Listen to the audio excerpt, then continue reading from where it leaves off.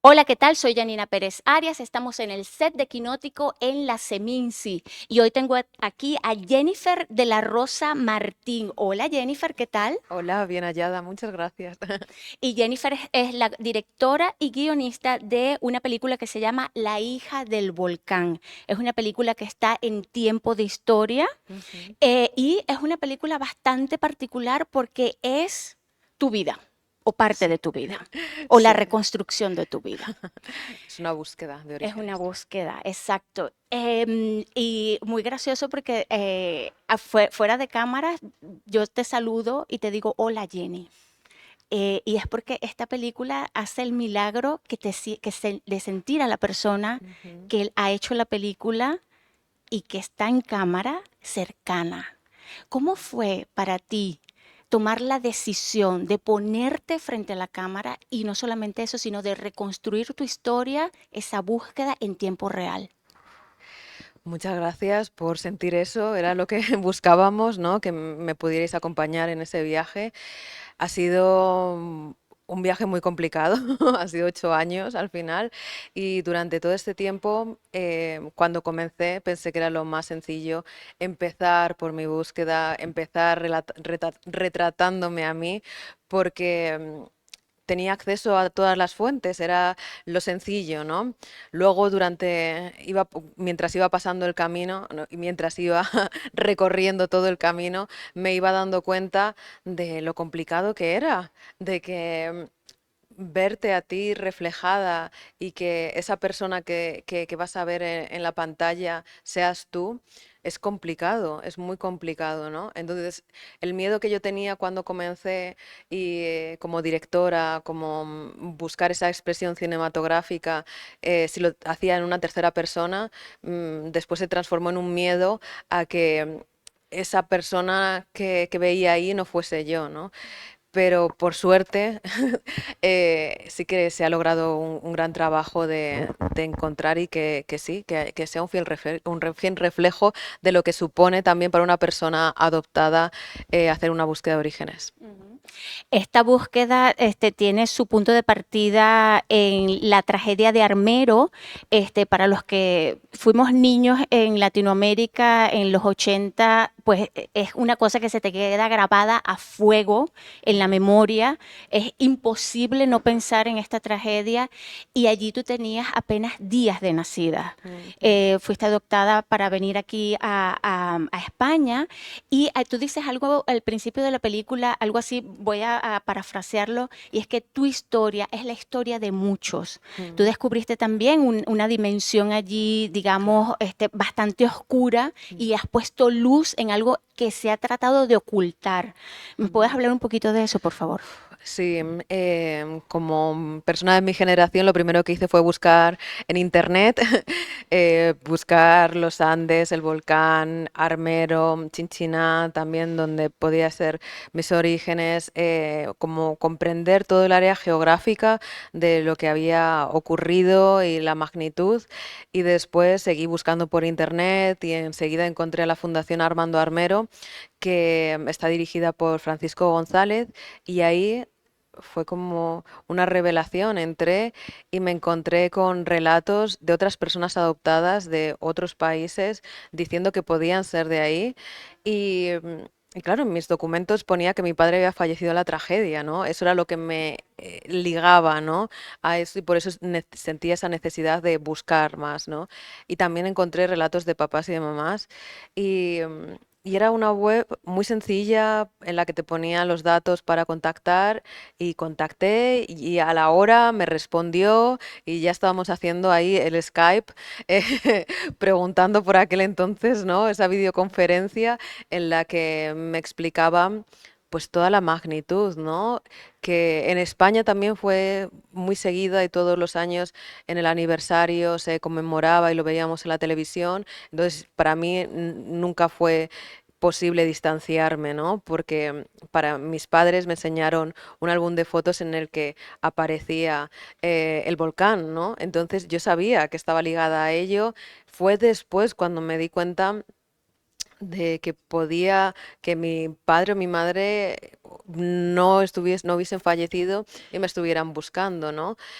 o que en el caso de que hubiesen fallecido o que no fuesen de esa tragedia, sí que era importante relatarlo y contar qué es lo que había pasado ahí y por qué yo podía pensar que era de ahí, ¿no? O sea, empezaba a volverse todo mucho más complicado y el ir allí en la conmemoración, que fue el primer año que fui, fue un shock, la verdad, y ahí es donde me di cuenta de que eran las verdaderas víctimas de todo esto, la gente, los papás, las mamás, las familias que desde el 85 seguían buscando a esa otra parte de la familia porque pensaban que podían estar vivos, porque lo habían visto en un periódico o en la televisión. Entonces eso era muy duro. Y cómo contarlo y cómo balancear en la película eso con mi historia era lo que se volvía aún más complicado porque no hay comparación, ¿no? Al final yo he tenido mi vida, la he podido desarrollar y entonces hago esa búsqueda frente a un pueblo destruido que queda esparcido por todo Colombia, en el que hay gente que ha sufrido mucho, ¿no?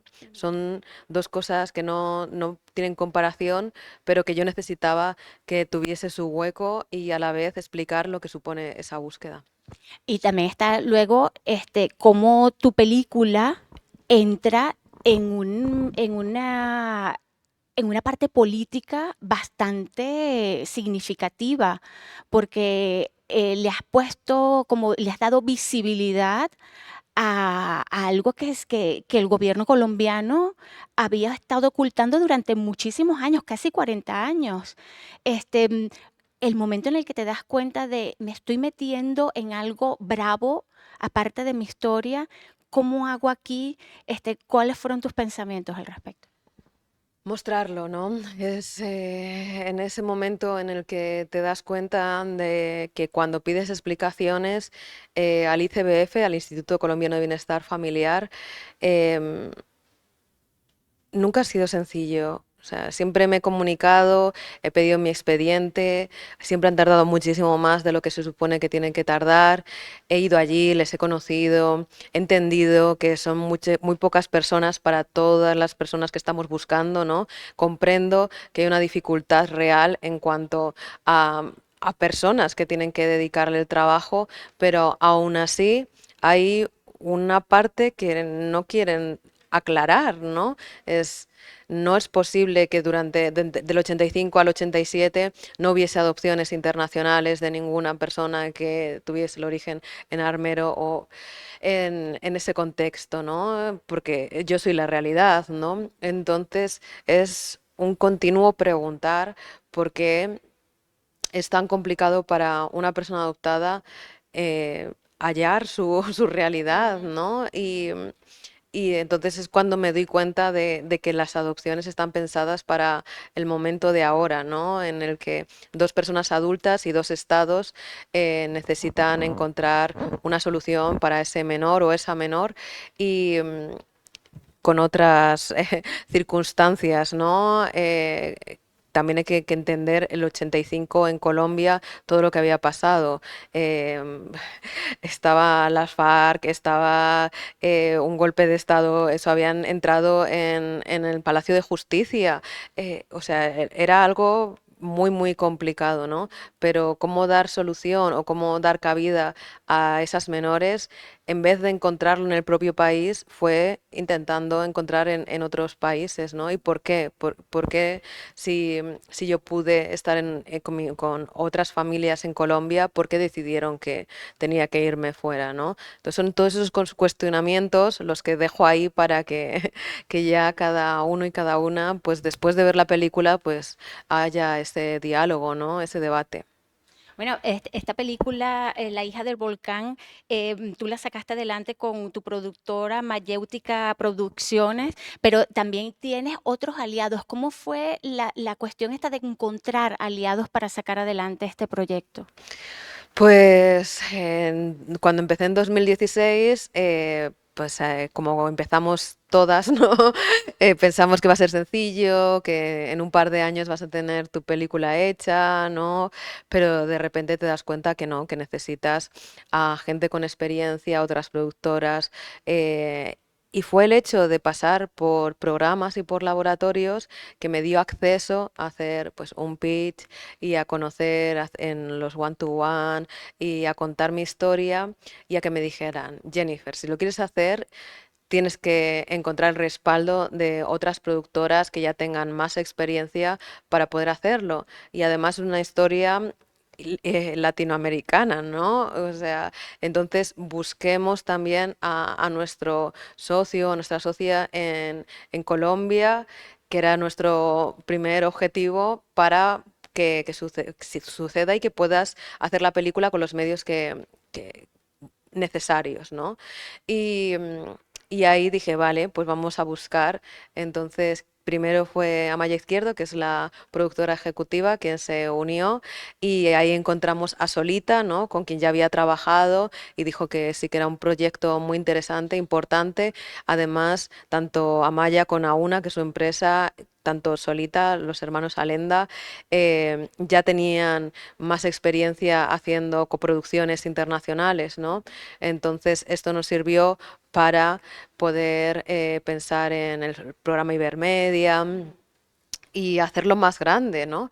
Y el caso es que ahí es cuando entramos en la pandemia.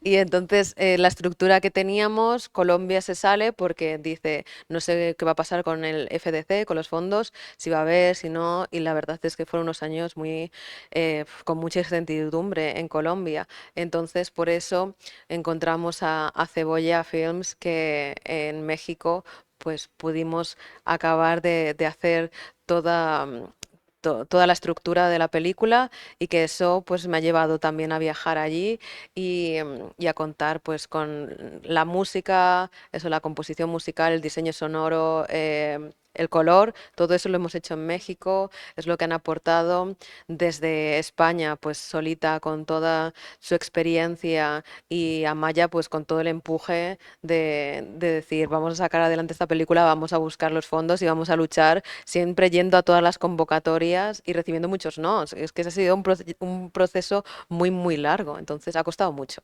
Y en este proceso largo, y ya para terminar, Jennifer, te vas a enfrentar ya, que es la segunda parte, que es esta película ya tiene un distribuidor. Se va a ver en cines. ¿Cómo te preparas tú para esa segunda fase de presentar tu película y dialogar con una audiencia? Es un sueño, ¿no? Porque una de las cosas que te dejan claras siempre es que el documental está muy complicado para distribuir, que pues que pienses en otras formas, ¿no? De hacerlo porque no va a llegar a los cines, ¿no? Y ahí estaba siempre mi lucha, ¿no? De decir, no, el documental es una película y es una forma de narrar una historia que puede atraer al público, ¿no? Y ahí buscando y buscando y luchando, pues ahí se unió Sursi y por fin, pues en la primavera que viene, pues ya podrá ser vista en los cines y espero animar a todo el público para que pueda venir a verla. Jennifer de la Rosa Martín es la guionista y directora de La hija del volcán, que está en la Seminci en Tiempo de Historia. Jennifer, muchísimas gracias no solamente por estar aquí, sino por contar algo tan personal, tan íntimo. Gracias. Muchas gracias. Y seguimos aquí en Quinótico, en el set de Quinótico en la Seminci, la primera con K y la segunda con C. Gracias.